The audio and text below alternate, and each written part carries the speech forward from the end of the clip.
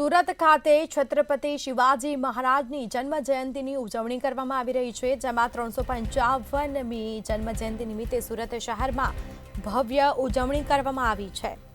Youth for ગુજરાતના કાર્યકરો દ્વારા ભવ્ય ઉજવણીનું આયોજન કરવામાં આવ્યું। જિગ્નેશ પાટીલ અને છોટુ પાટીલ દ્વારા અનોખો કાર્યક્રમ યોજાયો હતો। ઉજવણીના અનોખા કાર્યક્રમમાં મેયર દક્ષેશ માવાણી પણ ઉપસ્થિત રહ્યા। शिवाजी भक्तों उपरांत नगरजनों मोटी संख्या में जोवा मळ्या हता। शिवाजी महाराजनी मूर्ति ने फूलहार करीने जय घोष करवामां आव्यो हतो।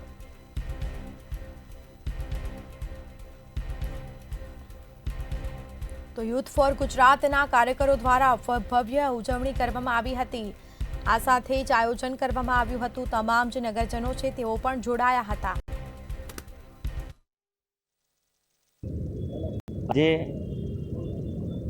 छत्रपति शिवाजी महाराज की 395મી जन्मजयंतीए तमाम सूरतवासीओं ने हृदयपूर्वक शुभकामना पाठवुं छुं। छत्रपति शिवाजी महाराज महान योद्धा, साहसिकता, प्रजालक्षी कार्यों अने तेमना जीवन में आजे आपणे प्रेरणा लईए, कारण के मुगलों की सामे अडक थईने छत्रपति शिवाजी महाराज ते समय में लड्या हता।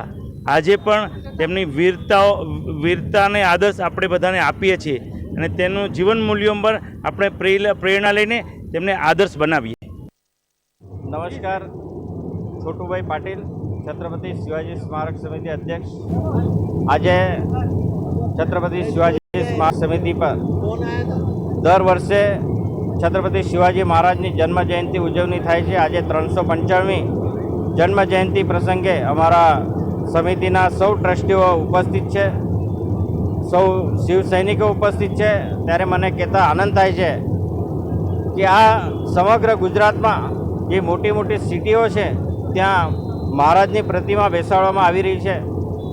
હમણાં મહિના પહેલાં જ આદરણીય સાંસદ, ગુજરાત પ્રદેશ ભારતીય જનતા પાર્ટીના અધ્યક્ષ અને જલશક્તિ મંત્રી આદરણીય CR પાટીલ સાહેબના હસ્તે અંકલેશ્વરમાં અશ્વારૂઢ પ્રતિમાનો શિવાજી મહારાજની 355મી જન્મજયંતિ છે। હું સૌ ભક્તોને આ દિવસની ખૂબ ખૂબ શુભકામના પાઠવું છું અને ખાસ કરીને હું યુવાઓને કહેવા માંગીશ કે એ લોકો ફક્ત 19 ફેબ્રુઆરી મહારાજની જન્મજયંતિના દિવસે જ એ લોકો ભગવો પહેરે છે, સારું કામ કરે છે, લોકોની સેવા કરે છે, પણ આ તો આપણે 365 દિવસ કરવું જોઈએ। હું તો કહીશ કે અગર આ 365 દિવસ જો તમે શિવાજી મહારાજ જેવા રહેશો ને તો આ જેટલા પણ ગુના થાય છે આપણી આજુબાજુ એ બધા બંધ થઈ જશે અને બધા સેફટી ફીલ કરશે। ખાસ કરીને આપણી આજુબાજુની બહેનો સેફટી ફીલ કરશે। હું આજના દિવસની સૌને ફરી એકવાર શિવાજી મહારાજ જયંતિની શુભકામના પાઠવું છું।